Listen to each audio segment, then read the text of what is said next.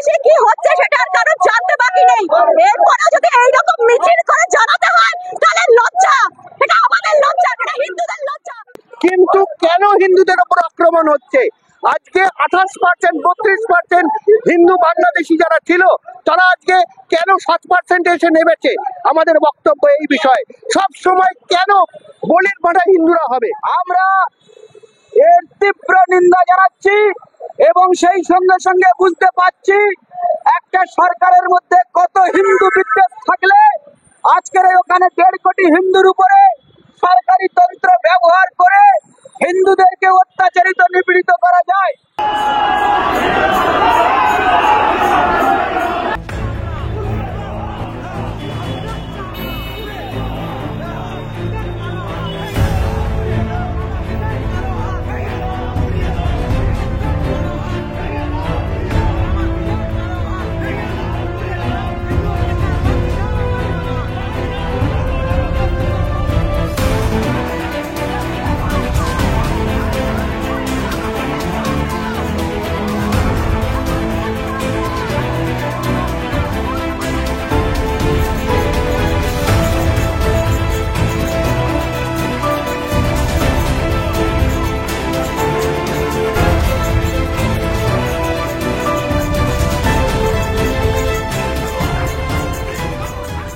দেশে কি হচ্ছে সেটা আর কারো জানতে বাকি নেই। এরপরে যদি এইরকম মিছিল করে জানাতে হয় তাহলে লজ্জা, এটা আমাদের লজ্জা, এটা হিন্দুদের লজ্জা। এইরকম মিছিলের মাধ্যমে হিন্দুদের জানাতে হচ্ছে এখনো ঘুমিয়ে রয়েছে। টাইম থাকতে না জাগলে কিন্তু বাংলাদেশে যা অবস্থা হয়েছে সেটা এই বাংলাতেও হবে, এই বাংলাতেও হবে। সেই দিন আর বেশি দেরি নেই। মৃত্যু মিছিল খুব শীঘ্রই দেখবে। এখনো যদি হিন্দু না জাগে তাহলে কিন্তু আমাদের ভবিষ্যৎ অন্ধকার। কি অভিযোগ নিয়ে এখনো অভিযোগ যদি এরকম ভাবে মিছিলের মাধ্যমে বলতে হয়, স্টেটমেন্ট দিয়ে বলতে হয়, তাহলে বাংলাদেশ হাই কমিশন যিনি আছেন, হাই কমিশনার, তিনি ওইখানে বসে ঠান্ডা ঘরে ঘুমান। জেহাদিরা সবসময় ভারতবর্ষে, জেহাদিরা পাকিস্তানে, জেহাদিরা বাংলাদেশে, চিরকাল তাদের আক্রমণের অভিমুখ হচ্ছে হিন্দুরা। তাদের রাজনৈতিক পথ পরিবর্তন যাই হোক না কেন, আমাদের কোনো বিষয় নেই এখানে। কিন্তু কেন হিন্দুদের উপর আক্রমণ হচ্ছে?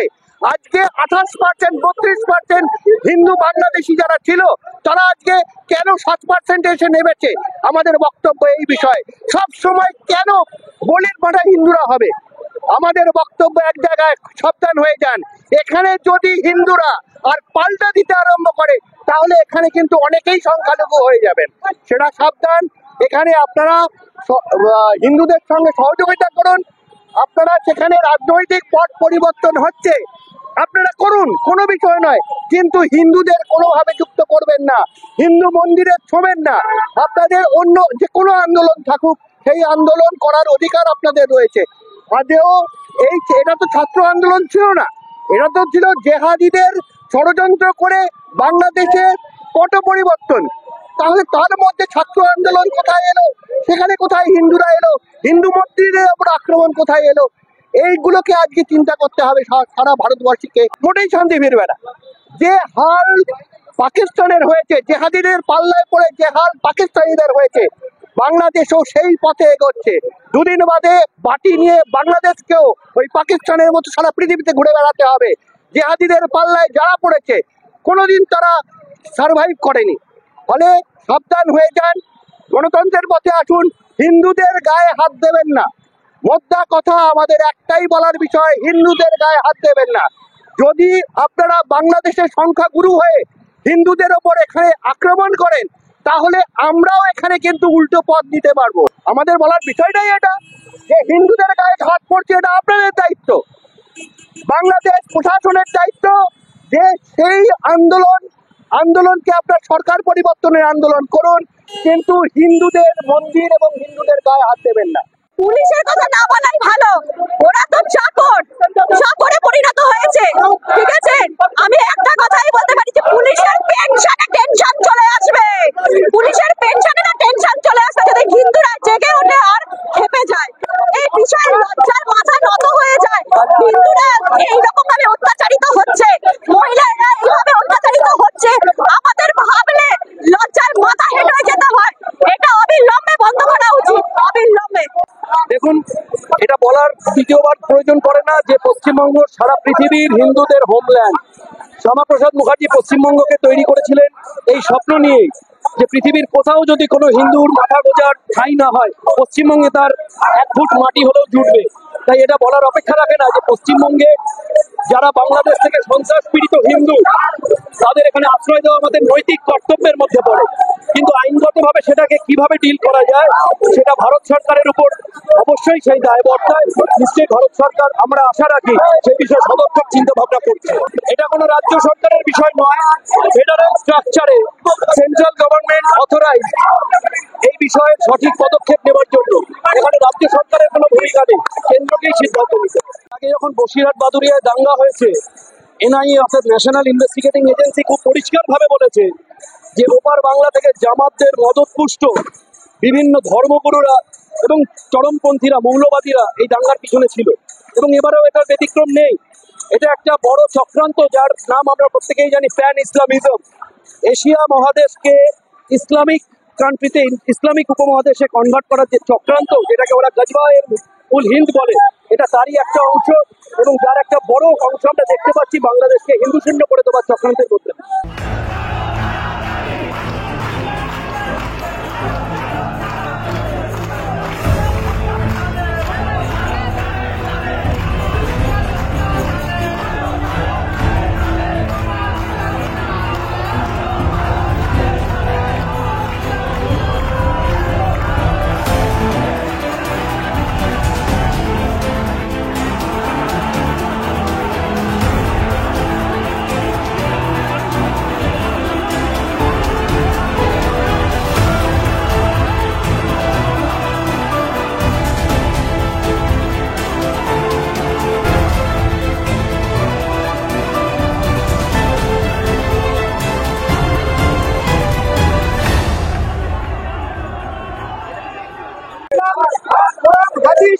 আর মাদ্রাসা শিক্ষার মূল লক্ষ্য হিন্দুদের বিনাশ করা আর ভারতের অস্তিত্ব বিনাশ করে দাও।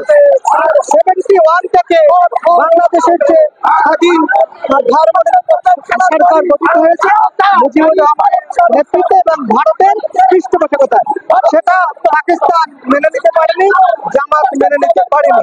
তাদের লক্ষ্যই হচ্ছে ভারতের বিনাশ করা আর বাংলাদেশ থেকে হিন্দুদের শূন্য করে। আজ যেটা বাংলাদেশের যে সত্য, সেটা ভারতের ক্ষেত্রেও সত্য হবে। মানসিকতা এক, যেখানে মুসলিম থাকবে, যেখানে কোরআন হাদিস থাকবে, সেখানেই ভারতের বিনাশ, সেখানে হিন্দুদের বিনাশ অসম্ভব।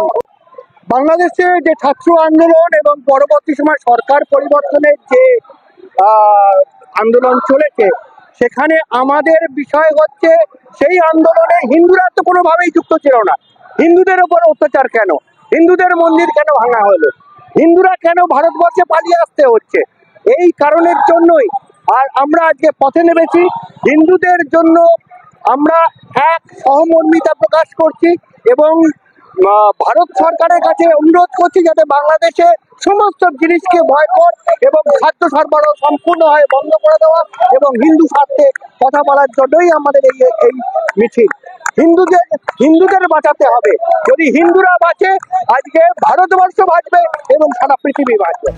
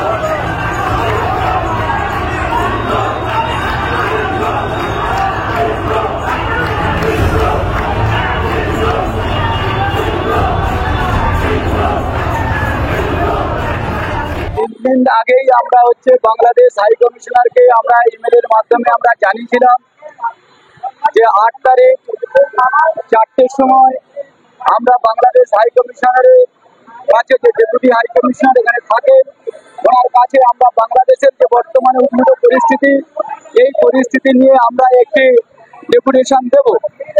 আমাদের এপার বাংলার হিন্দুরা কি চিন্তিত আছে সেই বিষয়ে ডেপুটেশন দিতে যাব। সেই মতো আমরা আজকের বাংলাদেশ যে হাই কমিশনার এখানে আছে, ডেপুটি হাই কমিশনার, ওনার অফিসে আমরা একটা প্রতিনিধি দল আমরা আজকে গেলাম।